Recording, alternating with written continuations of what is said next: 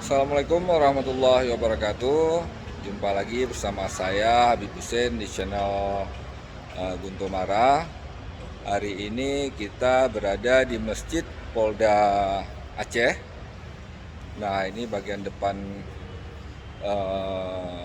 masjid sudah kita buat tahun kemarin. Nah, selanjutnya tahun ini kita akan melanjutkan di area pintu masuk 3 arah. Nah, ini teman-teman. Lalu ini semua terbuat dari bahan GRC untuk pintu masuk. Begitu juga bagian depan atau mihrab Masjid Polda ini penuh dengan ornamen khas Aceh. Nah, ini teman-teman Guntur Mara sedang memasang di area pintu masuk.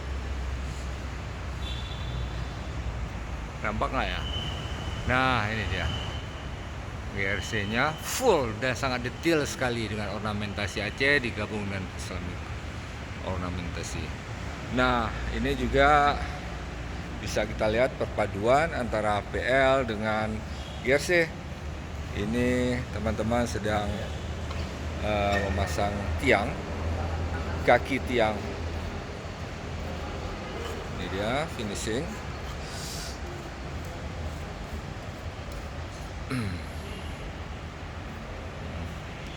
Masjid ini lumayan megah. Kita lihat tidak ada tiang di dalamnya. Ini didesain oleh orang tua kita atau guru kita, Pak Alwin Abdullah, salah satu arsitek ternama di Aceh. Nah, kita sudah bertahun-tahun berpartner dengan beliau untuk mengerjakan seni ornamentasi dan islami, juga kaligrafi. Nah, ini tembaga-tembaga, GRC-nya. Ini adalah produk-produk di Kampung Seni Guntur Mara.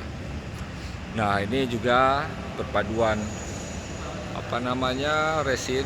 Ini GRC dan sebelah sini resin. Nah, jadi nanti semua akan full. Nah, ini ada Mas Garsono dan Dodo. Gimana, Dodo? Berapa lama lagi kita akan selesai ini untuk Tunggu panel aja, Bos. tunggu sisa panel aja ya? Ya, ya, Oke. Berarti ini sudah mulai finishing ya? finishing, tinggal pengecatan. Tinggal pengecatan ya. Ya. Untuk tiang-tiang ada berapa tiang kita, Mas Garsono? 12 ya? 13 sama 17. 13, 14 lah ya, biasanya genap ya. Oke.